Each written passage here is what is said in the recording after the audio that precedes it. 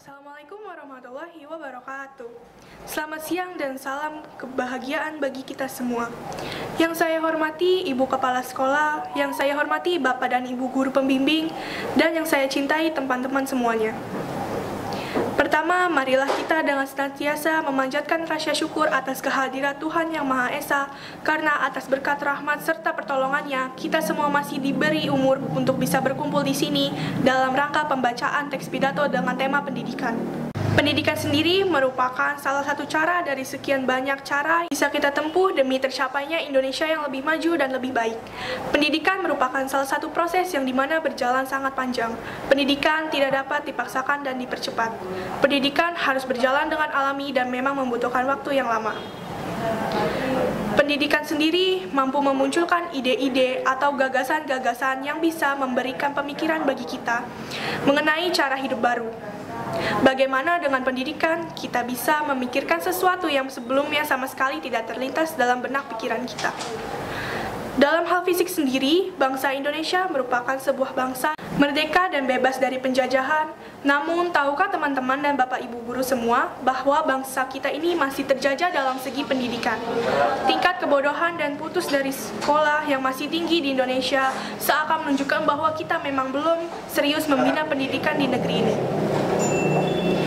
Teman-teman perlu tahu, di negara lain mereka bisa membuat mobil, membuat sepeda motor, membuat TV, membuat roket, membuat pesawat, membuat HP dan barang elektronika lain. Mengapa kita tidak bisa seperti mereka? Jawabannya terletak pada pendidikan di negeri ini. Ibaratnya, sebodoh-bodohnya manusia, jika dia tekun belajar dan giat mencoba, maka lambat laun dia akan mahir pula. Jangan mengatakan orang luar negeri itu pintar. Mereka hanya tekun dan rajin berusaha. Dan satu lagi, mereka tidak malas dalam urusan belajar dan mereka sangat berdisiplin. Jika kita bisa tekun dan rajin berusaha, meskipun sebenarnya kita bodoh, lama-kelamaan kita akan pintar dengan sendirinya. Orang luar negeri rajin membaca. Apa yang kita lakukan? Mereka berjuang keras untuk hidup. Di luar negeri sana, seorang pengemis bisa menjadi orang yang kaya di Indonesia. Bukankah harusnya kita malu?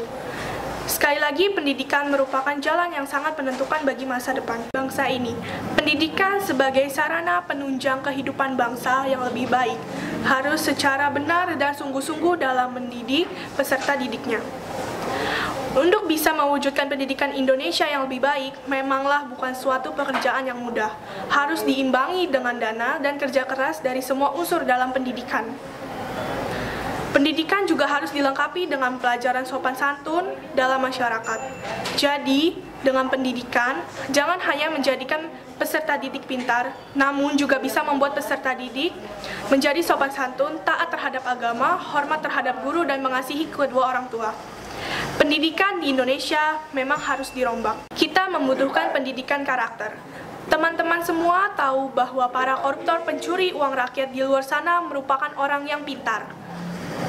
Mereka bisa korup karena memiliki jabatan tertentu.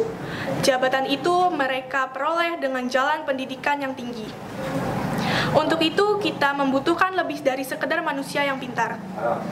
Dengan pendidikan, kita membutuhkan manusia yang pintar dan memiliki karakter yang baik.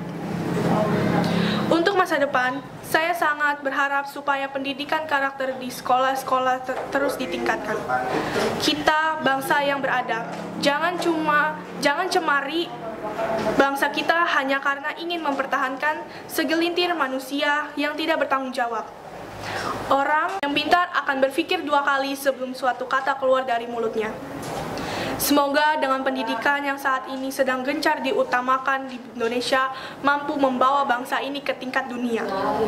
Semoga mampu membawa bangsa ini menjadi bangsa yang besar dan disegani di kancah dunia.